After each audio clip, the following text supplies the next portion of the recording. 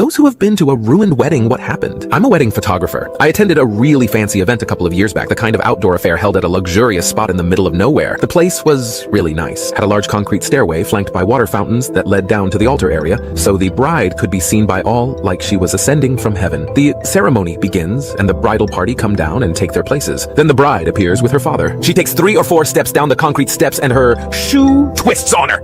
She tumbled down a good 12 feet or more and busted out the majority of her front teeth in the fall. So much blood all over her. With the place being so isolated, it took a good 40 minutes for the ambulance to arrive, and she was in intense pain. Ultimately, she was okay, and I got an email from them weeks later with a rescheduled date. This time, there were no stairs anywhere in